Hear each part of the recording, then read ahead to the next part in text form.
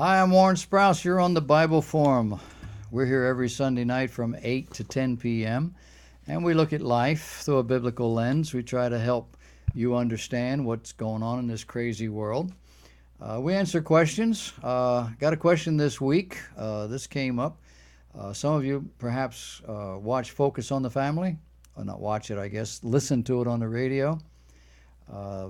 Jim Daly, I guess his name is the new president. Used to be Dr. Dobson, but I understand they pushed him out of his own company. He started another one. But anyway, since that time, Focus on the Family has kind of dipped off the edge a little. I always had a problem with the psychologist president, Dr. Dobson, because he had a hard time separating his psychological training from what the Bible had to say. Not wholly, but in enough areas. Dare to Discipline, he had some things in there that were just really strange. But it was secular psychological stuff, and they helped a lot of people. But this fella is out interviewing a whole bunch of people, and some of the things they do is just strange. But apparently, in the last week or so, maybe it's ongoing, there's been an interview by a fellow by the name of Dr. David Clark. He's billed as a Christian relationship expert. And they're talking about divorce, and divorce as a sin, divorce in the Christian community. And apparently, in one of these programs, Dr. Clark said, quote, divorce is technically a sin. Now, keep in mind, there's no technical sins. It's just sin. Anyway, it goes on to say, however, women, and I'm assuming he's talking Christian women, women can't be expected to honor their vows if their husbands don't communicate the way wives need or require. The transcript said demand. I said require. Is that in line with the Bible, you think? Focus on the Family president went along with it, according to the transcript. And this fellow goes into it a little bit deeper and begins to explain what some of these things mean. But you're looking at a marriage couple, a man and a woman, they're mates. And the wife is frustrated with this guy because he's basically not a woman. She's frustrated with the way he communicates. He doesn't communicate in a way that she can understand. He doesn't communicate, as Dr. Clark says, in a way she requires. So if that's the case, she's permitted to divorce. Everybody would understand that it's okay to get the divorce. Now, if you're using an ordinary hermeneutic, and for those of you who are planning to sign up for the Bible Institute, which begins in January, we're going to be studying hermeneutics. It's a fairly involved course, but it has to do with the way we read things, how you interpret what you're reading. How do you know what the writer was actually saying? And there are rules that govern hermeneutics, the interpretation of written word. If you're using an ordinary hermeneutic, the hermeneutic that everybody uses or they can't function, the hermeneutic that has been traditionally accepted in biblical circles for interpreting the Bible for thousands of years, except for the last 50 or so, the answer is that Dr. Clark and Focus on the Family president Daly are off. They're wrong. They're in another world. But if the hermeneutic has changed, and it has, changed not because of any scientific discoveries, not based on any scientific evidence that the old system is no good, is failing us, but rather just to accommodate human feelings and desires, so that we can read something that is cast in a very dogmatic form, even with an exclamation point at the end. But later on, we can reinterpret that to mean it's a maybe. Depends on how you look at it. No, you can only look at it the way the writer intended it. Otherwise, you're not interpreting. And if you're not interpreting, you're creating. And you're creating an entirely different reality. The illustration seems to be here of a woman who expects, perhaps demands, that her husband communicate in a way that she can understand, which means that he has to communicate her way. You can't just say these things. I don't get that. And, guys are listening to me now and saying, well, come on, get a grip. You got, No, this is a real issue. Men and women do not communicate the same. I've been married 53 years. And I can say things to my wife, an intelligent woman, by the way, and I can tell by the look in her eye, she did not get what I gave. She is stunned. She's confused. She's, in her brain, you can see the eyes flee. She's, whoa. Or there's this look, I call it, somebody killed the cat. The blood kind of drains out of her face. Whoa, what did you just get? And that's what you have to do. But it works the other way too, doesn't it? Women say things to men all the time and they don't get it. What do? Well, a woman wants to get it. A guy has learned to say, yes, dear. Uh-huh. Okay. Not paying any attention. Why not? Doesn't concern me. She didn't ask my opinion on anything. She didn't tell me we had a commitment anywhere. She's not saying, get up and do this now. She's just talking. And if it's important, we know women, they'll say it again. Or you can always play dumb. Oh, is that what you meant? This has got to be real irritating to women. And I think that's the kind of thing that this guy's talking about. And he's saying that if a woman cannot get the communication from her husband that she requires, at some point it's okay to divorce him. Even though the Bible says technically it's a sin. I would recommend you don't listen to Focus on the Family anymore.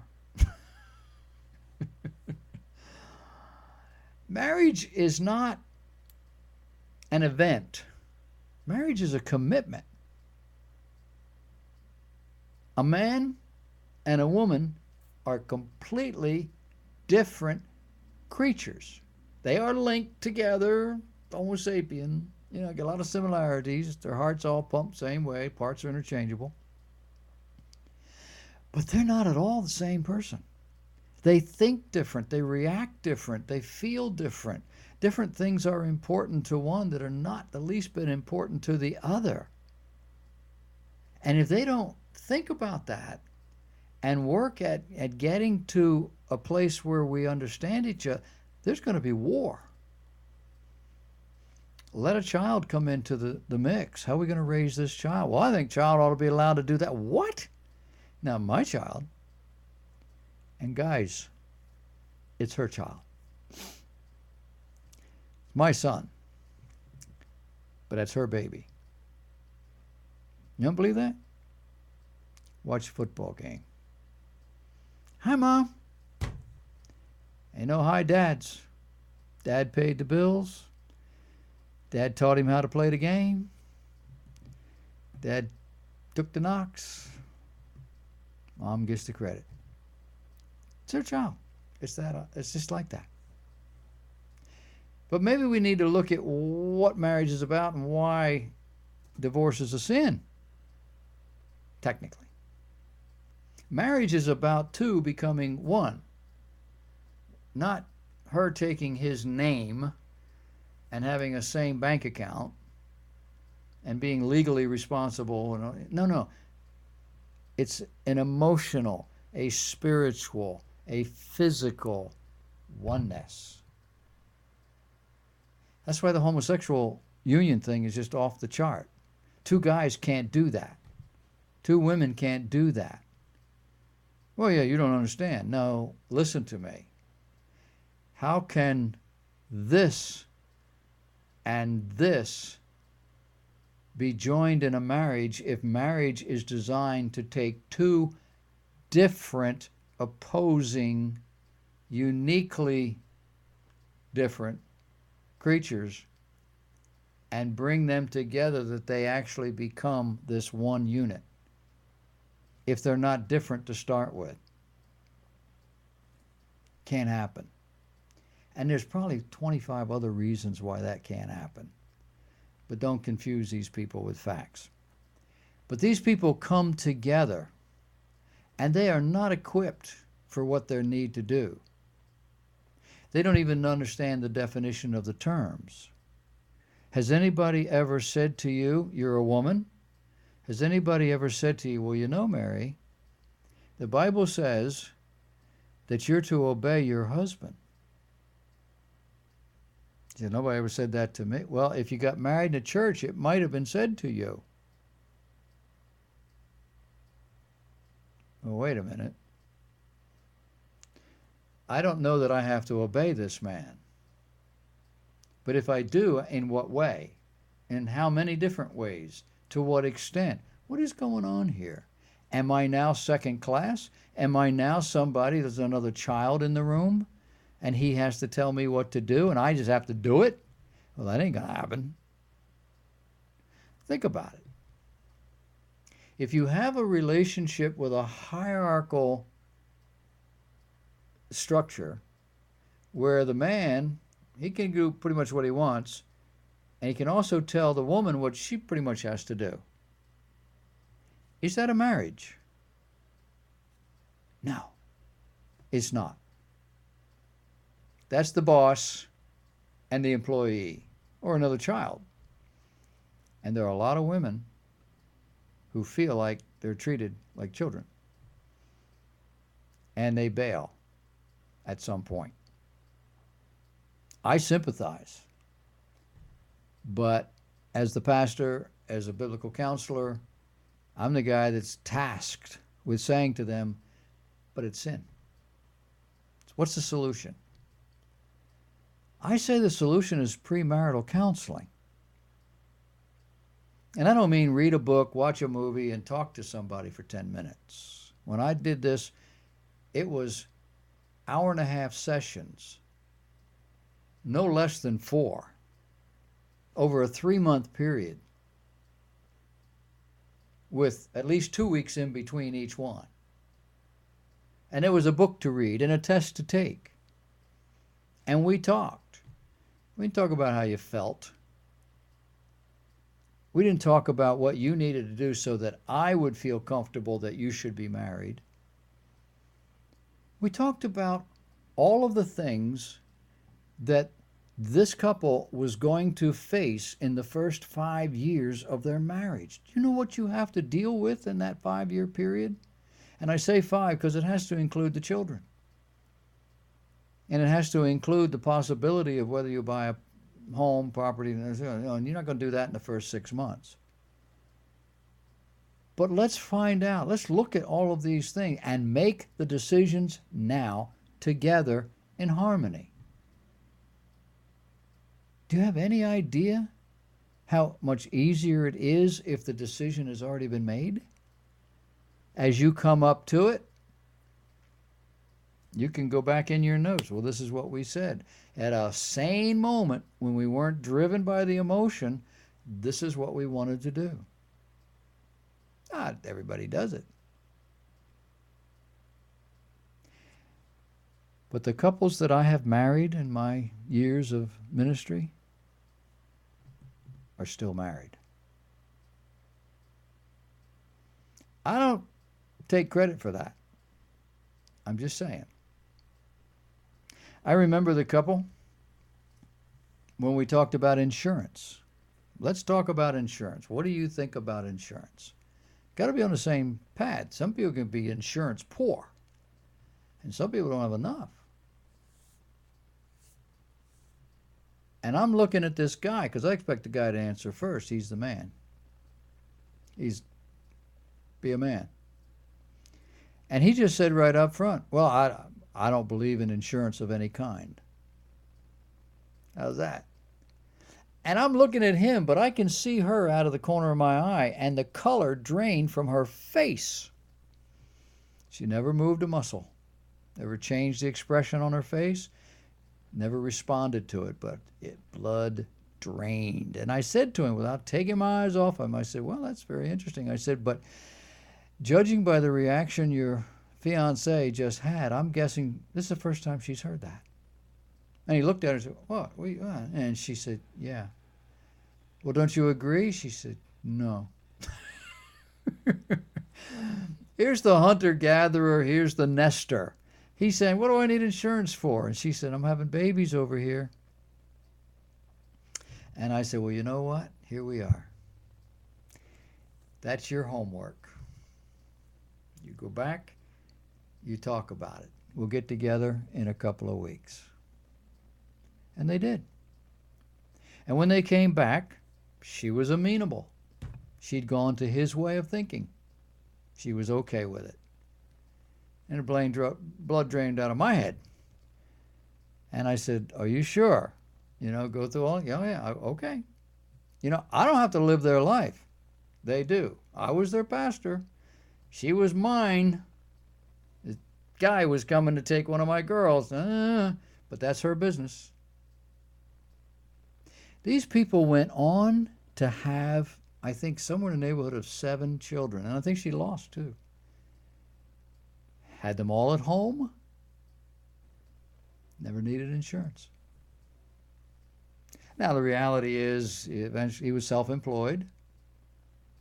He had to have insurance for that. He had to have insurance on his guys. He ended up working for the state at one point. He had insurance with that. I mean, eventually they got the insurance. But there was a philosophical kind of and they lived with it. They worked with it. It was fine. That was not a problem. I'm sure they had other arguments and issues, but that was not a problem. And I've had couples come back and said it was the best thing ever happened. We solved all these problems. And communication is one of those problems. Guys, get a grip. Get in the game. Your wife says, honey, yes, dear. And you put the paper down. You mute the TV, no matter what. And you look at her and you give her time. You're not going to die. And if it's one of those lengthy things, can we talk about this some other time? If it's something that isn't going to happen for 6 more years, can we, let's do this and let's do that, and we'll work through it as we come upon it. There's all kinds of solutions. Give her time. That's all she's asking for. Demonstrate that you care about me. Why? Because this is 2 becoming 1. And the man is the leader. And nothing in the Bible tells her to obey him. It does say submit to him the way you would submit to God. And guys, there's a lot of stuff these women are having an awful hard time submitting to because it ain't right. And you need to talk about that stuff. Your job is to make her happy. I don't mean against her will, but to provide an environment of peace, security, stability, and all the rest of it. She won't leave you. And a lady's responsibility is to love him and take care of the family and make it work. Take the pressures off of him that he can't handle. Do you really want him cleaning your kitchen? Just saying. Focus on the family, marriage. God set it up. It works when you work it the way God said to work it. You don't do that, you're going to get all kinds of chaos.